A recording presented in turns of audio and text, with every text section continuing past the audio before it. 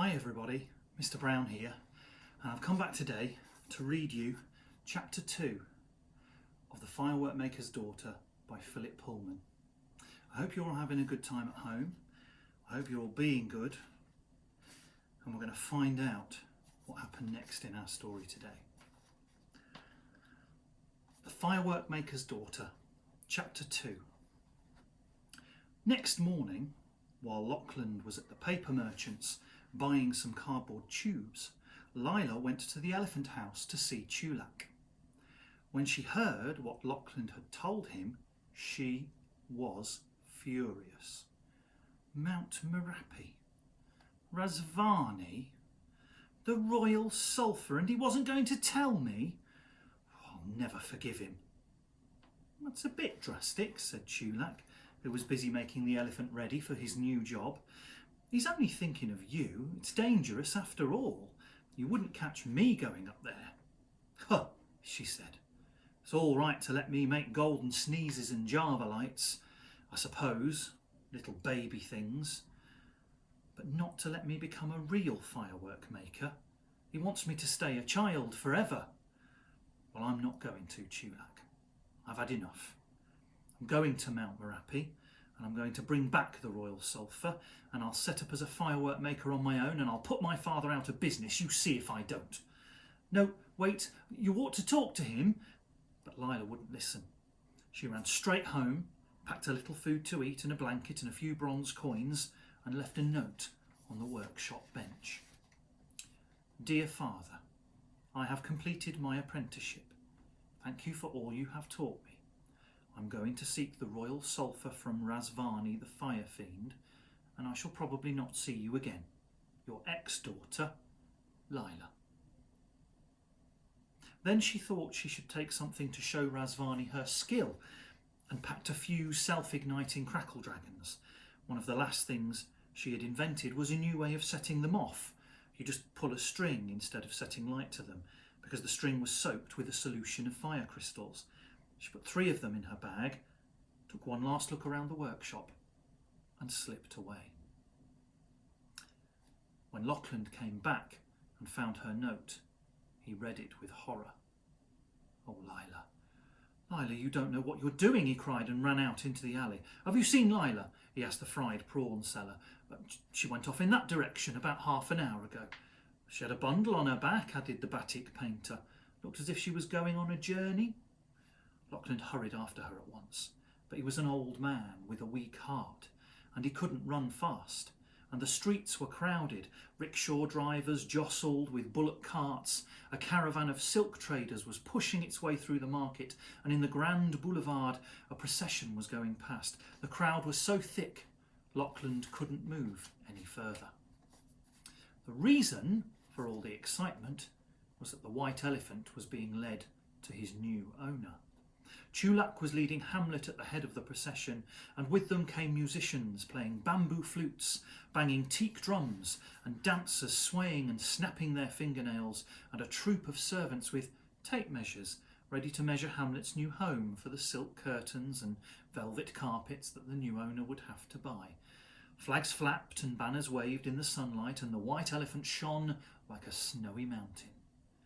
Lachlan forced his way through the crowd to Chulak's side. Did you tell Lila about Razvani and the royal sulphur? He panted. Of course, said Chulak. You should have told her yourself. Why? Because she's gone, you wretch. She's gone off by herself to Mount Merapi, and she doesn't know the rest of the secret. Is there more then? Of course there is, said Lachlan, struggling to keep up. No one can go into the Fire Fiend's grotto without protection. She needs a flask of magic water from the goddess of the Emerald Lake, otherwise she'll perish in the flames. Oh, Chulak, what have you done? Chulak gulped. They were nearly at the house of the white elephant's new owner, and they had to slow down to allow all the dancers and musicians and flag bearers to get through the gates first and form 2 lines for the white elephant to walk between. Then Hamlet whispered, just loud enough for Chulak to hear, I'll find her.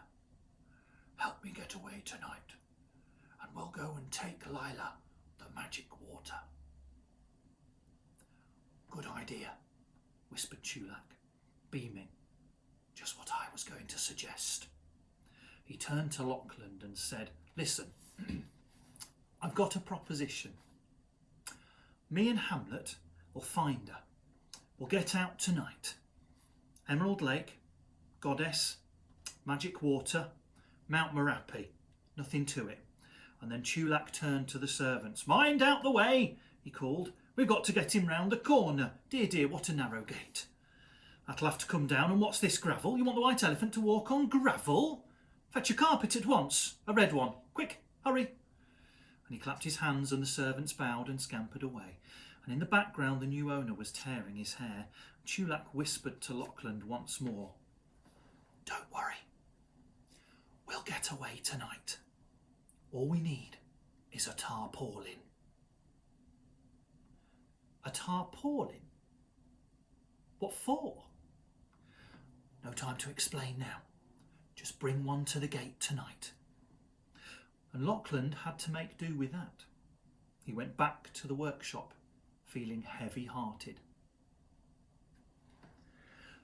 All this while, Lila had been making her way through the jungle towards the sacred volcano, Mount Merapi, which lay far to the north, and she had never seen it until late that afternoon she came to a bend in the jungle path and found herself beside the river. The size of the mountain made her gasp. It was far away, on the very edge of the world, but even so it reached halfway up the sky, with the bare sides rising in a perfect cone to the glowing crater on the top. From time to time, the fire spirits who lived in there rumbled angrily underground and threw boiling rocks high into the air. A plume of eternal smoke drifted from the summit to join the clouds. How can I ever get there? She wondered, and she felt her heart quail. But she had chosen to make the journey, and she could hardly turn back when she'd barely begun. She shifted her bundle from one shoulder to the other and walked on. The jungle was a noisy place. Monkeys gibbered in the trees and parrots screeched and crocodiles snapped their jaws in the river, and every so often Lila had to step carefully over a snake in the sleeping sun. And once she heard the roar of a mighty tiger. There was no one to be seen except some fishermen laboriously rowing their boat across from the other side of the river.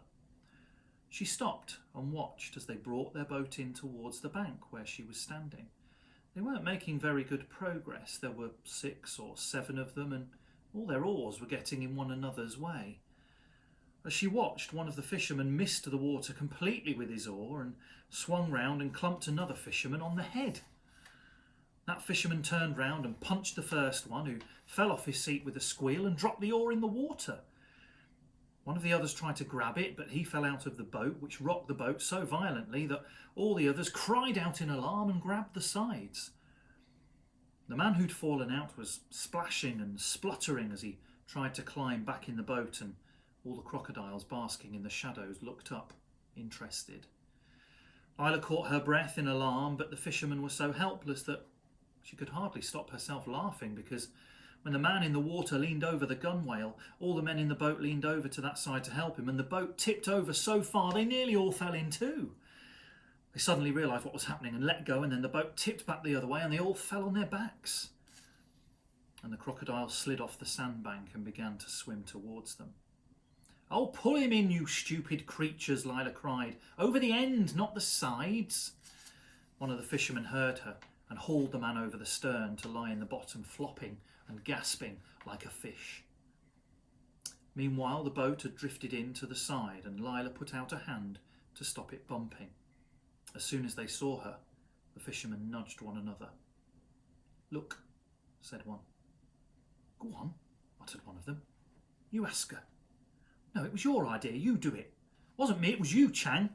"Well, he can't say anything because he's still full of water." And finally one of them snorted with impatience and stood up, making the boat rock alarmingly. He was the stoutest man in the boat and was by far the most impressive because he wore an ostrich plume nodding in his turban and an enormous black moustache and a tartan sarong. "Miss," he said. Would I be correct in supposing that you were hoping to cross the river? Well, as a matter of fact, I was, said Lila.